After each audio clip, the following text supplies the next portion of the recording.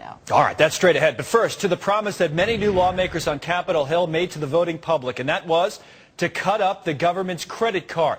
Republican Congressman-elect Mick Mulvaney of South Carolina, one of those, says he won't vote to raise the limit on what our government can borrow, the so-called debt ceiling. But is that really a responsible position to take? Congressman-elect, thank you very much for joining us. And I want to get straight to the issue here, which is the politics of this, or separating the politics from the posturing on this debt ceiling issue. What do you think would happen if it really went forward and your side won and the debt ceiling was not raised? What do you think would happen?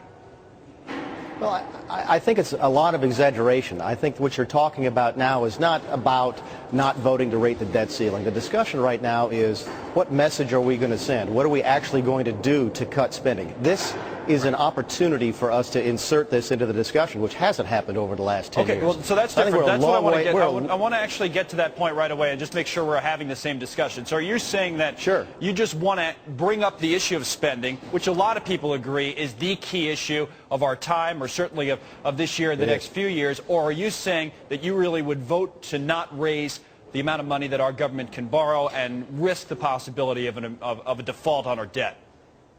You know, it depends. If we don't make structural changes, if we don't actually send the message to the markets, to the people, to businesses that we're going to be fiscally responsible, then yeah, I won't vote to raise the debt ceiling. I have no difficulty doing that.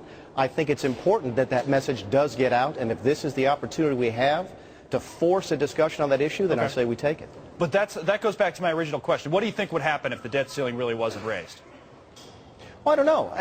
I've asked that question. I've asked that question a lot. I heard Goolsbee on Sunday say it would be catastrophic. I've heard other people say that over the last couple of months, and I asked the question, okay, what does that mean? What does a catastrophic event mean? And no one seems to be able to answer the question. I did some research last night from the CRS, and they don't even seem to know what the answer is. So I think we'd be guessing. But I think here's the issue. I don't think that's the point of the conversation. The big issue